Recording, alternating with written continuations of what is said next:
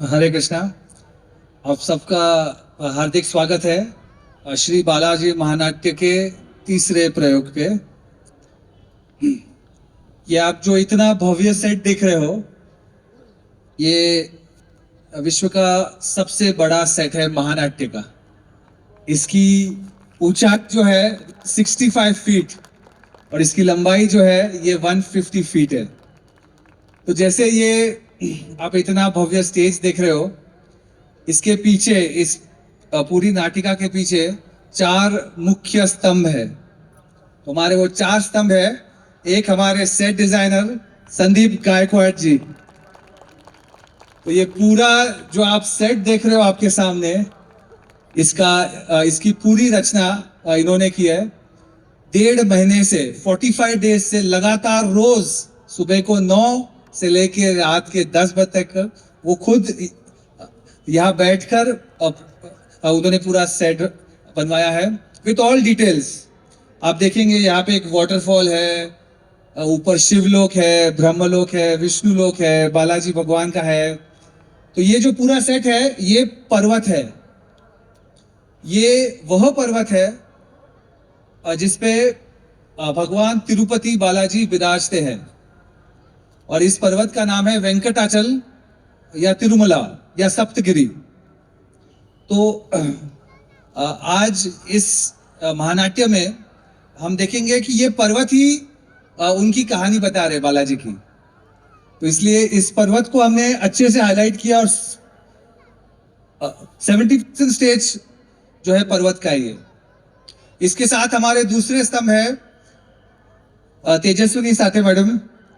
आप देखेंगे कि इसमें लगभग 8 से 10 गाने हैं और इतने इम्पैक्टफुल डांसेस है उसके साथ, उन गानों के साथ, कि आप आज एकदम मंत्रमुग्ध रहने वाले हो।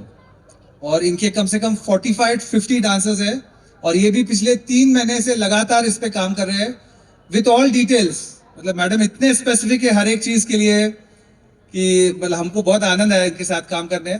और ultimate product quality is outstanding. So we are extremely pleased to have madam along with the team.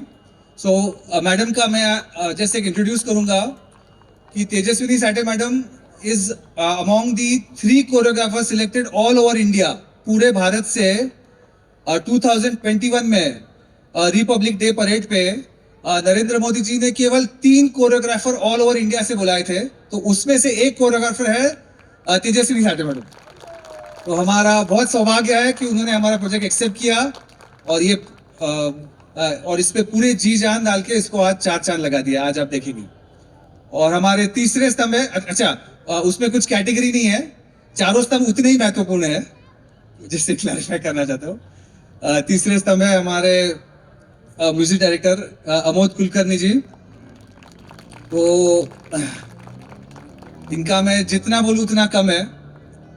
जैसे जिस दिन हम सर को मिले तो उस दिन मेरा और सनी जी का वही डिस्कशन हुआ कि हमको हमारा अजय अतुल मिल गया। तो हम बोले कि वी आर डन नाउ उनको, बिकॉज जो हमारे सारे कॉन्सेप्ट्स थे कि म्यूजिक कैसे होना चाहिए, सॉन्ग्स कैसे होने चाहिए, जो हमारे विजन था हर एक चीज का, तो उन्होंने वो 100% और आई से मोर देन 100% उसको उसमें लाया। And he is really worked hard. मतलब हर एक गाने के पीछे उन्होंने हमको कई बार 2-2, 3-3 ट्रायल्स दिए कि बाबा ये धुन अच्छी लग रही है क्या, वो धुन अच्छी लग रही है क्या। 2.5 आवर्स का कि ये नाटिका है, इसका पूरा बैकग्राउंड स्कोर भी उन्होंने दिया है। और कई बार एक एक बैकग्राउंड स्कोर के लिए हमने 3-3 घंटे डाले हैं स्टूडियो में। बट सर ने कभी कोई कंप्लेंट नहीं की कि आप बहुत दिमाग खा रहे हो, जाओ आप यहाँ से, ऐसा उन्होंने कभी नहीं बोला। और उन्होंने एकदम शांति से अपना प्रोजेक्ट समझ के उन्होंने काम किया, एकदम अपना प्रोजेक्ट समझ के। और हमको एक बार उनको दे दिया तो हमको पता है अभी क्वालिटी गारंटीड आ रही है। तो हर एक सॉन्ग इतना सुमधुर है और मूड को एग्जैक्ट मैच कर रहा है। तो we are really thankful to Amod Kulkarni sir for again accepting our project. और इसके चौथे स्तंभ अनफॉर्चुनेटली आज आ नहीं सके, आज उनका शूटिंग था। तो वो है इस पूरे नाटिका के लिरिकिस्ट जिनका नाम है नचिकेत जोग। तो नचिकेत जोग ने इनके सारे जो गाने हैं वो उन्होंने लिखे हैं। सो ही इज अवर लिरिकिस्ट और बहुत कॉम्प्लेक्स मैटर था। आप देखेंगे कई कई गाने जो है बहुत कॉम्प्लेक्स है। अनलेस एक व्यक्ति अध्यात्म में पूर्णतः डूबा हुआ है और उसको उसकी पूर्ण जान है, वो ऐसे शब्द की रचना नहीं कर सकता। जैसे एक गाना, जैसे आपने सुना होगा, पता नहीं, रामानुजाचार्य पे है, एक गाना अनंत शेष पे। अनंत शेष ये कितना कॉम्प्लिकेटेड सब्जेक्ट है, मेरे ख्याल मतलब उसको कोई ये नहीं।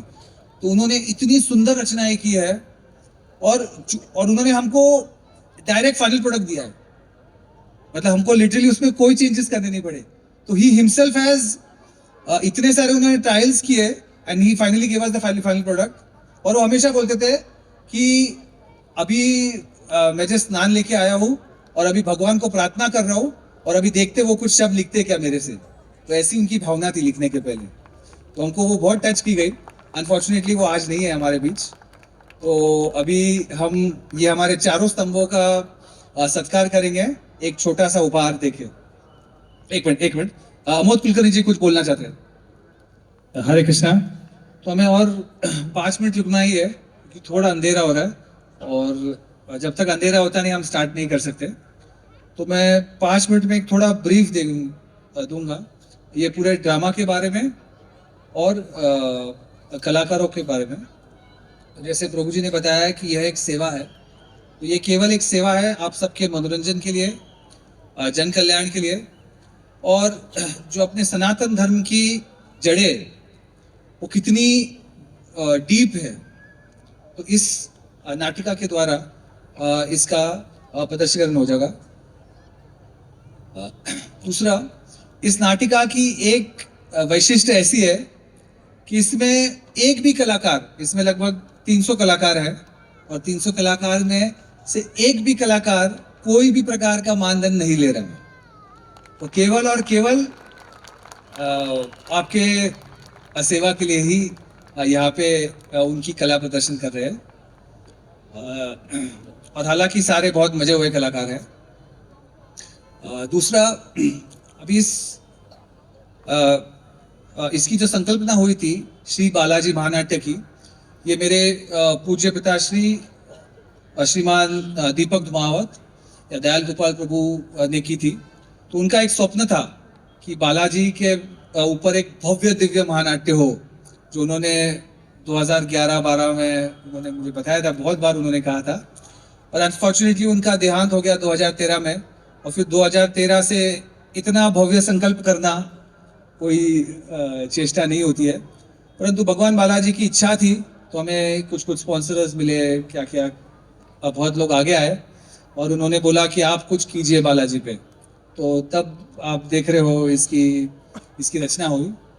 तो ये नाटक का जो है हम श्रीमान दीपक धुमावत जी को समर्पित करते हैं, जो मेरे पिताश्री है थे। दूसरा, इस नाटिका में आप बालाजी की जो मेन स्टोरी है वो तो आएगी ही। उसके अलावा बालाजी को का तिरुपति का एक नाम है, जैसे मैंने बोला इन पहाड़ों का नाम है सप्तगिरी। तो इस पे 7 पर्वत है, तो उनमें से एक पर्वत का नाम है अंजनाद्री। तो इन्हीं पर्वत पे हनुमान जी का भी जन्म हुआ है, तो इसकी भी कथा आप देखेंगे। इसी पर्वत पे जो है एक बहुत बड़ी लीला हुई है, जिसमें वराहदेव जो है भगवान का पिक का स्वरूप, शुकर रूप, उन्होंने भी यहाँ पे स्थापना की है। तो उनकी स्थापना कैसी वो भी आप देखेंगे। तीसरा, इसमें हमने केवल पौराणिक कथाएं न लेकर हमने 17th सेंचुरी तक का पूरा इतिहास कवर किया है। तो 17th सेंचुरी में एक आक्रांता आए थे, विदेशी आक्रांता हैदर अली के नाम से, जो टीपू सुल्तान के पिताश्री थे, और उन्होंने इस पे आक्रमण करने का प्रयास किया, ठीक है ना, पर वह आक्रमण नहीं कर पाए। अभी उसकी स्टोरी क्या है वो आप देख लेना। और इसीलिए उस क्षेत्र का भी नाम हो गया था अली पिरी, मतलब अली जहां से फिर गए, इसलिए वो नाम था अली फिरी। तो वो कैसे फिरे, क्यों फिरे, वो आप सब देखेंगे।